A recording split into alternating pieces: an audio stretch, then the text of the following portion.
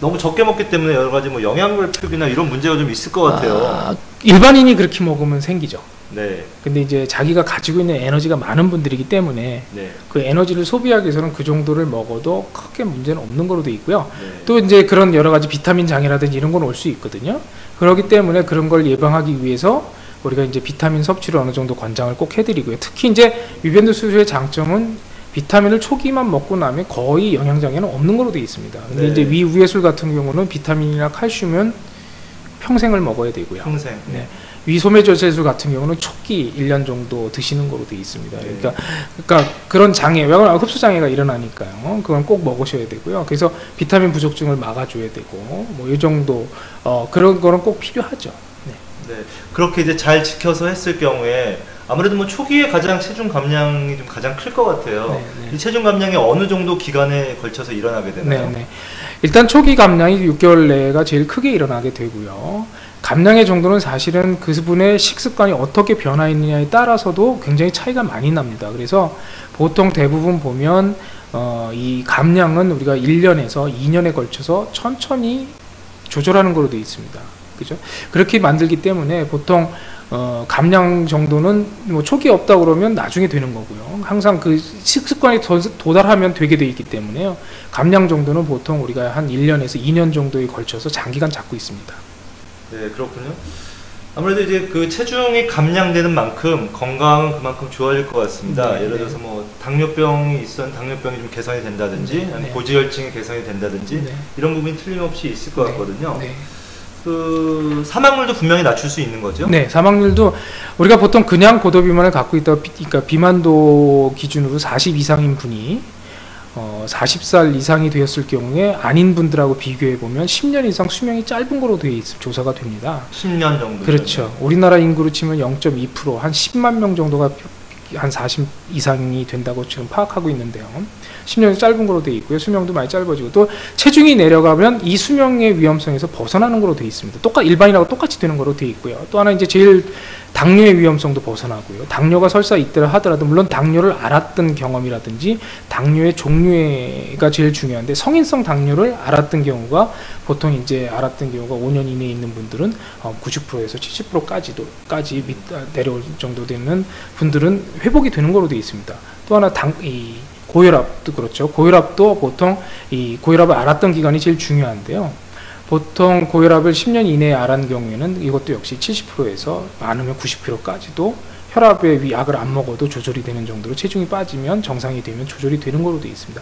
물론 지방간도 좋아지죠. 지방간이 좋아지는데, 지방간이 좋아진다는 거는 지방간이 더 악화가 안 되는 거죠. 그래서 지방간 다음에는 지방간성 간경화증이거든요. 네. 그건 일반적인 우리가 알고 있는 간경화보다 굉장히 더 나쁩니다. 예후가. 근데 이거에서 벗어나게 되는 거죠.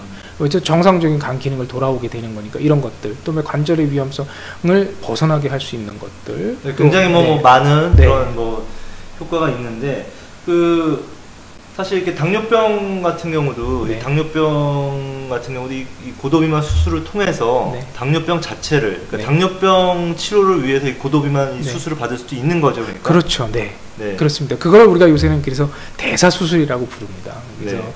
저희가 학회에 만드는 것도 그래서 대사 비만 수술학회 또는 외과학회 이렇게 만들려고 하는 것도 이유가 되는데요.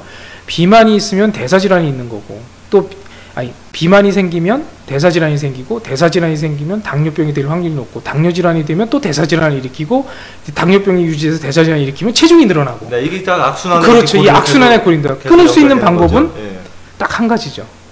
체중 줄이고 식사량 줄이는 방법 위에는 없는 거죠.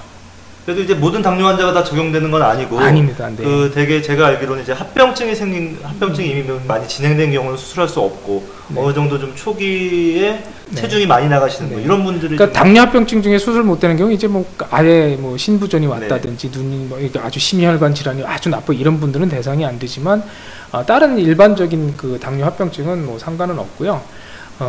가능한 한 빠른 시간 내에 조절을 해야 되는 거고, 이제 제일 효과적인 거는 역시 성인성 당뇨겠죠. 네. 소아 당뇨 같은 경우는 수술해도 이게 기전의 자체가 차이가 있기 때문에 효과가 미미한 거로 되어 있습니다. 네. 그렇군요. 좀 수술에 대해서 좀 말씀을 하셨는데 좀 수술을 받지 못하는 케이스도 좀 있을 것 같아요. 네, 자기가 정말 네. 원하는데 네, 뭐, 정말 네. 수술을 받고 싶은데 이게 좀 네. 여러 가지 이유 때문에 받지 못하는 네, 경우가 있을 네. 것 같은데 어떤 경우에 일단은 수술을 못 받는 경우도 위밴드나 다른 수술도 마찬가지고 위를 건드려야 하니까요.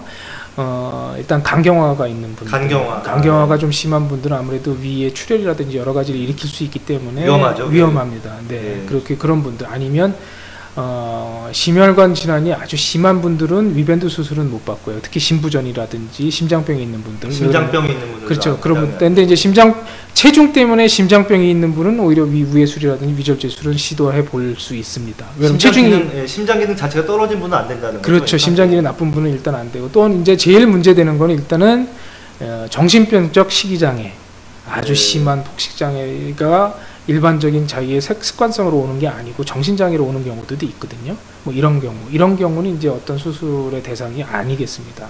또 하나는 이제 뭐 아주 드물지만 이제 유전성 질환이 있다든지 이런 분들도 이제 이 고도비만 수술을 해서 장애가 있고 아니면 꼭 식이장애가 아니라도 약물로서 치료가 안 되는 정신병이 있는 경우 이런 경우는 수술 대상이 아니겠습니다. 네. 그 수술하는데 좀 제가 알기로는 비용이 좀 굉장히 비싼 걸로 좀 알고 있어요. 네, 네. 비용이 좀 어느 정도나 되나요? 이게? 네, 현재는 뭐 보험이 안 되고 있으니까 보통 지금 현재 위밴드는 한 700에서 800 정도 사이를 유지하는 것 같고요. 위우회술 같은 경우는 한 1,000만 원 이상, 위소매절제술이 한 1,000만 원, 위우회술은 좀 그 이상 이렇게 유지하고 있는 것 같습니다. 왜냐하면 들어가는 그 재료가 굉장히 비싸거든요.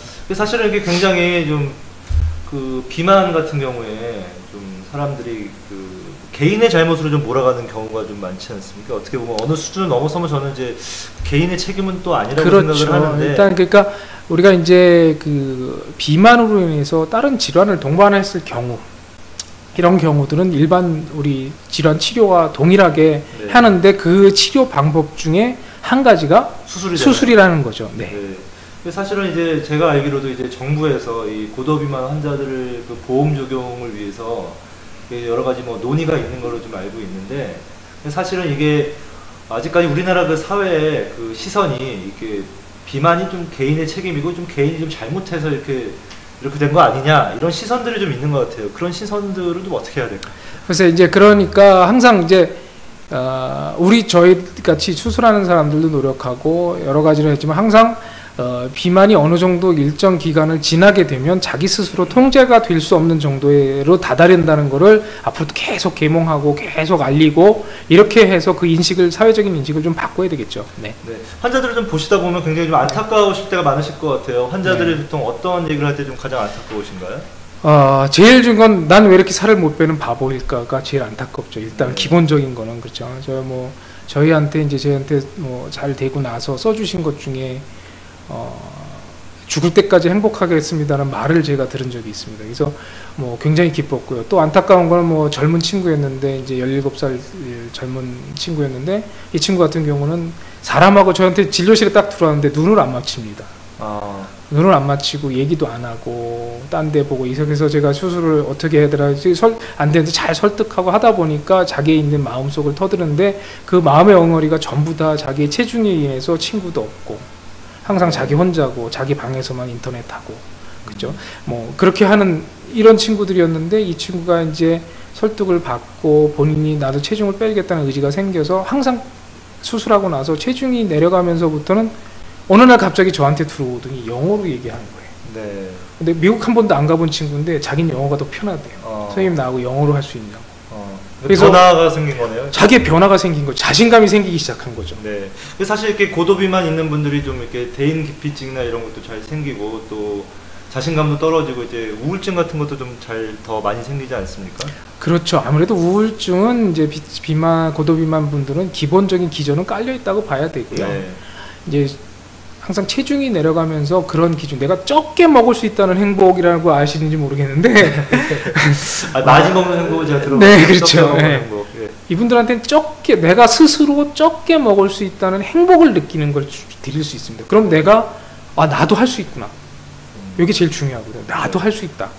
나도 수술 뒤에도 마찬가지로 나도 할 수 있다는 걸 항상 심어줘야 됩니다. 네. 네, 사실 뭐 고도비만 수술에 대해서 이렇게 아직까지 그 사회적인 시선이나 이런 것들이 좀 못마땅하게 보시는 분들이 있는 것 같아요. 하지만 이 어떤 수술이라는 걸 통해서 이 고도비만 환자들이 또 새로운 삶을 찾고 또 제2의 인생을 살고 자신감을 가지고 이렇게 할 수 있다면 이것도 어떻게 엄연한 어떻게 보면은 이제 그 치료의 한 방법이라고 저는 생각을 합니다. 그래서 고도비만 가지신 분들께서 좀 용기를 가지시고 이렇게 좀 상담을 좀 해주셨으면 좋겠고요. 오늘로써 이제 저희 아폴로 미디어의 3회 비만에 거친 3번의 그 시험 방송을 모두 마치도록 하겠습니다. 저희가 뭐 시범 방송이다 보니까 여러 가지 미숙한 점도 굉장히 많았고 또 이렇게 진행상 매끄럽지 못한 부분도 있었는데 그런 부분에서 좀 널리 좀 양해를 해주시고요. 저희가 이제 좀 더 준비를 잘 해서 추석 이후에 정식 방송으로 좀 이렇게 찾아뵙도록 하겠습니다. 사실 저도 큰 기대를 안 하고 시작을 했는데 여러분께서 좀 많이 이렇게 참여해 주시고 봐주셔서 저도 이렇게 용기가 좀 생기고요. 앞으로도 여러분들께 정말 아주 활력소 넘치는 그리고 정말 중요한 그런 건강 정보들을 드리도록 항상 노력을 하겠습니다. 닥터신 라이브 오늘 이 시간은 여기서 마치도록 하겠고요. 궁금하신 점이 있으면 나중에라도 저에게 연락을 해주시기 바라겠습니다. 페이스북 닥터신 우리 집 주치 닥터신 많이 사랑해주세요. 네, 오늘 원장님 말씀 너무 잘 들었고요. 네, 정말 친절한 상담 감사드립니다. 네, 감사합니다. 수고하셨습니다. 네. 네.